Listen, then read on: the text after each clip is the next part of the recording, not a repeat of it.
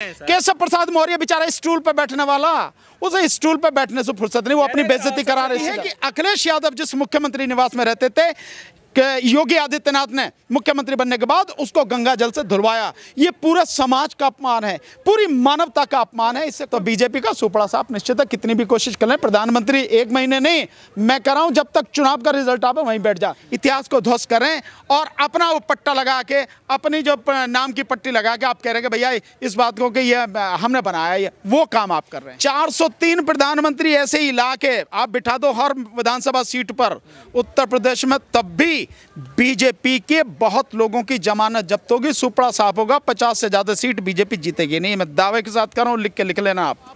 900 करोड़ रुपए आपने उसमें लगा दिए और नमो नमो आप करवा रहे हो, ये नौटंकी करते रहो, पहले भी करते रहे, आज भी करो, इससे क्या फर्क पड़ता है नौटंकी से। कि जिस प्रधानमंत्री ने काशी को क्यूटो बनाने की बात करी थी, वो क्या वो काशी भी रह गई है क्या? करने के लिए मिशन भी चलाया, आप कह रहे हैं माँ गंगा ने बुलाया, उसी गंगा माँ का क्या हाल कर दिया आज की तारीख में, पहले से भी और कहीं ज्यादा गंदी हो गई। हाँ, तो जिनके हाथों में डमरू है उनके हाथों में क्या मोदी के हाथ में डमरू है क्या, अगर ये बात मान ली जाए। काशी के अंदर सर काशी कॉरिडोर का जो लोकार्पण होना चुनाव से पहले क्या दर्शाता सर, इसका कोई बड़ा बेनिफिट देखते हैं क्या भारतीय जनता पार्टी को? मैं एक सवाल, बल्कि हर कोई करता है, उस कॉरिडोर को बनाने के लिए 400 से ज़्यादा घर जो हैं वो तोड़े गए। उसी कॉरिडोर को बनाने के लिए सैकड़ों 100 से 200 के लगभग जो छोटे छोटे मंदिर थे वो तबाह कर दिए गए, वो खत्म तोड़ दिए गए। और जो शिवलिंग वगैरह जो भी हैं, जो उनके हिंदुओं के हिसाब से जो पूजनीय उनके वो हैं, सारे चिन्ह हैं, वो सबका किस तरह से सब अपमान हुआ। क्या काशी वाले या पूरा देश इस बात को भूल जाएगा क्या? हाँ, अगर भूल सकता है तो ठीक है, कोई बात नहीं है, पर मैं ये जानता हूं कि आम जनता है, उस आम जनता को किसी भी तरह के इन कार्यों से पहले रोटी चाहिए, मकान चाहिए, कपड़ा चाहिए, शिक्षा चाहिए। तो आप शिक्षा दे नहीं पा रहे हैं, दे नहीं रहे हैं, जानबूझ कर नहीं दे रहे हैं। आप रोजगार आपने तबाह कर दिए हैं, आप स्वास्थ्य सेवाओं का बंटा ढार कर दिया, आपने बेड़ा गर्क कर दिया। किसानों की और जो मजदूरों की बुरी स्थिति है वो सबसे ज़्यादा उत्तर प्रदेश में है। ये सारी स्थिति है, तो क्या इसे भूल जाएंगे आप? कहाँ तक इन सारी चीज़ें? नमो नमो हो रहा था उनके जाने के? नहीं, वो तो नौटंकी है, आप करते रहो। आप जो है सरकार का जो पैसा है, जो पब्लिक का पैसा है, जो टैक्स पेयर का पैसा है, उस पैसे को आप बर्बाद करते रहो। आप 900 करोड़ रुपए आपने उसमें लगा दिए और नमो नमो आप करवा रहे हो, ये नौटंकी करते रहो, पहले भी करते रहे, आज भी करो, इससे क्या फ़र्क पड़ता है नौटंकी से। कह रहे हैं काशी के जो लोग हैं उनके पे जो है मुझे अपने से ज़्यादा काशी के लोगों पे भरोसा है। ठीक है, तो काशी के लोग इस बात का फैसला कर लेंगे। उसी काशी में लाखों की संख्या में बुनकर भी तो हैं जो तबाह हो गए, वही काशी तो है, उन्हीं की वो गंगा है। उस गंगा में जितनी गंदगी पहले थी आज उससे भी ज़्यादा गंदी हो गई, जबकि आपने गंगा स्वच्छ करने के लिए मिशन भी चलाया। आप कह रहे हैं माँ गंगा ने बुलाया, उसी गंगा माँ का क्या हाल कर दिया आज की तारीख में, पहले से भी और कहीं ज़्यादा गंदी हो गई। तो ये जो सारी चीज़ें हैं, ये सब चीज़ें देखी जाएंगी, ऐसा नहीं है कि कुछ जो भूल जाएंगे। वही काशी है जो काशी विश्वविद्यालय में महिलाओं पर, लड़कियों पर किस तरह से अत्याचार हुए थे, उसे भूले नहीं है कोई भी, सब कुछ लोगों के सामने है। और काशी का जो स्वरूप था, जिस स्वरूप के लिए वो पूरी दुनिया में जानी जाती थी, आपने उस स्वरूप को ध्वस्त कर दिया पूरी तरह से। वो संकरी गलियां जिसमें से लोग जाते थे, जो उसका अपना एक उसका सौंदर्य था या उसका इतिहास था, उस धरोहर को संरक्षित करना था। इसके बावजूद भी अगर काशी वाले ये करते हैं तो उनका मानना हो सकता है। मैं समझता हूँ काशी वाले इतने नासमझ तो हैं नहीं, फैसला सही तरीके से करेंगे। जिनके हाथों में डमरू, सरकार उसकी काशी। हाँ, तो जिनके हाथों में डमरू है उनके हाथों में क्या मोदी के हाथ में डमरू है क्या, अगर ये बात मान ली जाए। और काशी वाले इस बात को जरूर ध्यान रखेंगे कि जिस प्रधानमंत्री ने काशी को क्यूटो बनाने की बात करी थी, वो क्या वो काशी भी रह गई है क्या? क्यूटो तो बन ही नहीं पाई, काशी भी रह गई है क्या? इन सारी चीज़ों को देखना होगा, उस सारी चीज़ को देखकर ही लोग फैसला करेंगे। पर्यटक आएंगे वहाँ पे तो ये तो अच्छे काम हुआ ना। नहीं, किसके भाई बाप पर्यटक की बात कर रहे हो? पर्यटक तो कहीं भी जाएंगे, आएंगे, केवल वहीं की बात नहीं है, जो आएगा वो देखने जाएगा कहीं ना कहीं, बात वो नहीं। बात यह है कि आप हर चीज़ को 5 स्टार 7 स्टार बनाने पर तुले हैं।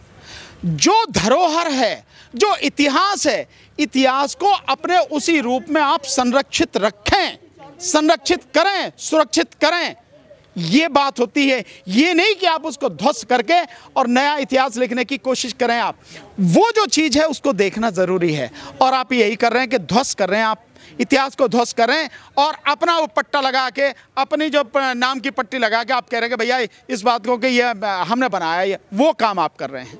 लेकिन उनका साफ तरीके से ये मानना है, एक देखा जाए तो चुनाव से पहले बनारस को जो है धर्म और विकास को लेकर के जो है मॉडल पूरे देश में मतलब एक मैसेज देना चाहते हैं। बहुत सिंपल सी बात है, बहुत सिंपल सी बात है। सरकार का काम जो है वो ये है लोगों को शिक्षा मिले। क्या आपने इन पिछले 5 सालों में उत्तर प्रदेश के लोगों को शिक्षा दी? मैं उत्तर प्रदेश की बात अब करता हूं। और चलो उत्तर प्रदेश में अगर काशी की बात हो रही तो काशी के लोगों को कितनी शिक्षा मिली, काशी के लोगों को कितना रोजगार मिला, काशी में जो रोजगार था वो कितना सुरक्षित हुआ, कितना उसका विकास हुआ, इस चीज को देखना। काशी के लोगों को कितनी स्वास्थ्य सेवाएं मिली, कुछ मिली ना। तो ये जो है, जो काम था शिक्षा का, स्वास्थ्य का, रोजगार का, सुरक्षा का, किसानों का, मजदूरों का, उसको आपने कितना सुरक्षित किया, वो कितना लोगों को दिया, असली मुद्दा है ये। अब जो धर्म का तड़का आप लगाने का प्रयास कर रहे हो वो चलेगा नहीं। चलना होता तो चल जाता, लोग इस चीज़ को समझ रहे हैं और लोग कभी इससे भूलेंगे नहीं। देखिए असली बात है कि जब लोगों को समझ में आ जाती है तो असली चीज़ है भैया पहले शिक्षा दो फिर रोजगार दो, उसकी बात करो ना। आप उसकी बात नहीं कर रहे। धर्म से पेट नहीं भरता, धर्म व्यक्तिगत मसला है, हर कोई माने, कौन मना करता है किसी को। लोकसभा चुनाव से पहले जो है राम जन्मभूमि का जो मंदिर बन रहा है, भव्य तरीके से निर्माण हो रहा है, उसके भी जो है श्रद्धालुओं के लिए कपाट खोल दिए जाएंगे, दर्शन करेंगे श्रद्धालु लोकसभा चुनाव से पहले। और विधानसभा चुनाव से पहले काशी कॉरिडोर का तो लगता नहीं कुछ बड़ा बेनिफिट ले सकते हैं।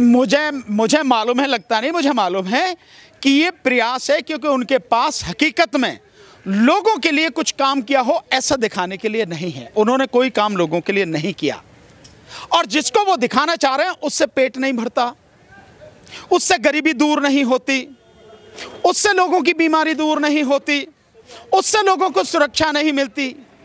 तो असली जो मुद्दा है उस पे लोग अब समझ रहे हैं कि भैया पहले इसकी बात कर, रोजी रोटी की बात कर, शिक्षा की बात कर, स्वास्थ्य की बात कर। लोग समझ रहे हैं। तो इन सवालों का जवाब देना पड़ेगा आपको। इन सवालों के जवाब न देना पड़े, आपके पास में इन सवालों का कोई जवाब नहीं है, इसलिए आप इधर उधर की ये बातें कर रहे हो। आप सर, उत्तर प्रदेश में कुछ ही महीनों से बाद जो है चुनाव होने हैं, और उससे ठीक पहले जो है ये बताया जा रहा है कि प्रधानमंत्री मोदी जी जो है बनारस में जो है काफ़ी एक्टिव हो गए हैं, काफ़ी दिनों से जो है वहाँ का दौरा भी कर रहे हैं, रुके भी हुए हैं। 8 से ज़्यादा प्रदेशों के जो मुख्यमंत्री हैं उनसे भी बातचीत, वार्तालाप सब कुछ चल रहा है। क्या लगता है कि कुछ बड़ी रणनीति की तैयारी चल रही है? इससे बड़ा दुर्भाग्य कुछ नहीं होगा कि एक प्रधानमंत्री देश की समस्याओं के समाधान पर न सोच के एक धार्मिक उन्माद एक जगह जाके बैठ गया और महीने भर तक वहीं बैठा रहेगा। यही 18 घंटे काम करने का नतीजा, कि आप एक जगह जाके बैठ गए हैं और वहाँ देख रहे हैं कि काम ठीक हो रहा नहीं हो रहा है। तो असली जो चीज़ है आप उसको छोड़ के, प्रधानमंत्री का एक एक मिनट, एक एक पल बहुत कीमती होता है, और वो देश की सेवा में जाना चाहिए, देश के लिए सोचने में जाना चाहिए, देश के लिए करने में व्यतीत होना चाहिए। आप वो तो नहीं कर रहे हैं। आप कर क्या रहे हैं? आप कर रहे हैं कि आपने एक कॉरिडोर बनाया, एक नौटंकी आपने की, और उस नौटंकी को अंजाम तक ले जाने के लिए और बड़ी नौटंकी करने के लिए आप वहाँ जाके बैठ गए। ये प्रधानमंत्री का काम नहीं है। प्रधानमंत्री का काम है पूरे देश को देखना, पूरे देश की जनता को देखना, उसके विषय में सोचना, उसके विषय में काम करना। नहीं, बड़ा निर्णय उसके विषय में नहीं लिया, क्योंकि कुछ है ही नहीं दिखाने के लिए। तो ये नौटंकी करनी पड़ी है। कुछ दिखाने के लिए हो तो फिर नौटंकी की क्या जरूरत है? तो आपको लगता है इससे कोई बेनिफिट नहीं मिलेगा? नहीं नहीं, नौटंकी से क्या होगा? आदमी 2-4 मिनट के हंस लेगा, और यही तो काम होता है नौटंकी से, और कुछ भी नहीं होता। तो कुल मिलाकर के जो एक बड़ा दाव बताया जा रहा है, कुल मिलाकर ये होगा कि प्रधानमंत्री नहीं, ऐसे 100 प्रधानमंत्री, और मैं कहता हूं 403 प्रधानमंत्री ऐसे ही ला के आप बिठा दो हर विधानसभा सीट पर उत्तर प्रदेश में, तब भी बीजेपी के बहुत लोगों की जमानत जब्त होगी, सुपड़ा साफ होगा, 50 से ज़्यादा सीट बीजेपी जीतेगी नहीं। मैं दावे के साथ कर रहा हूँ, लिख लेना आप। तो फिर सर मैदान में इस बार कौन होगा? मैदान में तो सब हैं, लेकिन जीतेगा कौन ये बात करो तो जीत। ऑप्शन भी तो नहीं है ना। ऑप्शन कौन कह रहा? ऑप्शन है, वो मुख्यमंत्री का वो थोड़ी हो रहा है, प्रधानमंत्री का थोड़ी हो रहा है, वो विधायकों का हो रहा है। और विधायकों की भारी संख्या जीत कर आएगी समाजवादी पार्टी के साथ में। अखिलेश यादव मुख्यमंत्री बनेंगे, सबको साफ दिख रहा है, सब कुछ साफ है, वो पूरा सुपड़ा साफ हो चुका। जो लोग इनके साथ में थे उत्तर प्रदेश में, पूर्वांचल आप देख लीजिए, लखनऊ से पल्ली तरफ सारा पिछड़ा जो है वो सारा पिछड़ा अखिलेश यादव के साथ में आ गया। मुस्लिम अखिलेश यादव के साथ में है, किसान अखिलेश यादव के साथ में है, मजदूर अखिलेश के साथ में है। केशव प्रसाद मौर्य बेचारा स्टूल पे बैठने वाला, उसे स्टूल पे बैठने से फुर्सत नहीं, वो अपनी बेइज्जती करा रहे जाए कि 100 में से अगर औसत लगा लिया जाए तो 60 तो हमारे हैं, 40 में बंटवारे हैं सर, और बंटवारे में भी हमारे हैं। ये उस व्यक्ति को कहना चाहिए जिसकी कुछ इज्जत बची हो, जिसको उसी की पार्टी बेइज्जत करने पर तुली हो और पूरे 5 साल उसकी बेइज्जती ही करी हो, उस व्यक्ति को कहने का कहाँ नैतिक अधिकार है? उसका कुछ माना नहीं, उसके नाम पे वोट लेने की बात करी और उसी को स्टूल पे बिठा रहे हैं। आपको ध्यान है ना, ये सब कुछ स्टूल पे बैठने वाली भी जो बात है, सब कुछ। और हेलीकॉप्टर भी छीन लिया गया था, वो तो बाद में दे दिया गया। वो जो सारी चीज़ें सब आप जान रहे हैं सारी, उस व्यक्ति को का, उस व्यक्ति को जो खुद जो अपने लाले पड़ जाएंगे जीतने की ये स्थिति है। तो उस व्यक्ति का जितना अपमान हुआ और उससे जो मैसेज गया कि ये पार्टी पिछड़ों का अपमान करती है, उनके नाम पे वोट लेती है, उनकी वोट लेती है और उनको देती कुछ नहीं, ये मैसेज बहुत क्लियर है। और ये मैसेज उस बात से भी है कि उसके केशव प्रसाद मौर्य के स्टूल पे बैठने से, और उस बात से भी है कि अखिलेश यादव जिस मुख्यमंत्री निवास में रहते थे, योगी आदित्यनाथ ने मुख्यमंत्री बनने के बाद उसको गंगा जल से धुलवाया। ये पूरा समाज का अपमान है, पूरी मानवता का अपमान है, इससे कोई भूला नहीं है। तो वोट इसी आधार पर पड़ेंगे और आप देखना बहुत ज़बरदस्त तरीके से बीजेपी का सुपड़ा साफ होगा।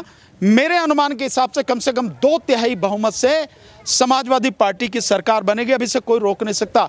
आपने देखा होगा परसों ही पूरा ब्राह्मण समाज, विशेषकर जो पूर्वांचल का है, जो वो हैं एक मिस्टर तिवारी हैं, हरिशंकर तिवारी, वो और उनके बेटे के नेतृत्व में पूरा ब्राह्मण समाज, अब तो सपा उसके बीएसपी के पास भी न रहा, जिसको वो ढोंडी पीटे, पहले भी नहीं था, पर वो सारा आके खड़ा हो गया अखिलेश यादव के साथ। तो पिछड़े उनके साथ, ब्राह्मण उनके साथ में, किसान उनके साथ में, मजदूर उनके साथ में, मुसलमान उनके साथ में, और इस बार दलित वोट भी मिलेगा अखिलेश यादव को। यह स्थिति है। तो बीजेपी का सुपड़ा साफ निश्चित है, कितनी भी कोशिश कर लें। प्रधानमंत्री 1 महीने नहीं, मैं कह रहा हूं जब तक चुनाव का रिजल्ट आवे वहीं बैठ जा। बेईमानी अगर नहीं करी और सरकारी अमले के माध्यम से गुंडागर्दी और बेईमानी नहीं करवाई, किसी कीमत पर जीतने वाले नहीं है। और अगर चुनाव आपका हमारा ही, बिल्कुल हमारा ही है सब कुछ, हम ही बोल रहे हैं, बोलने वाला कौन है? हम बोल रहे हैं तो बोल लेंगे हम।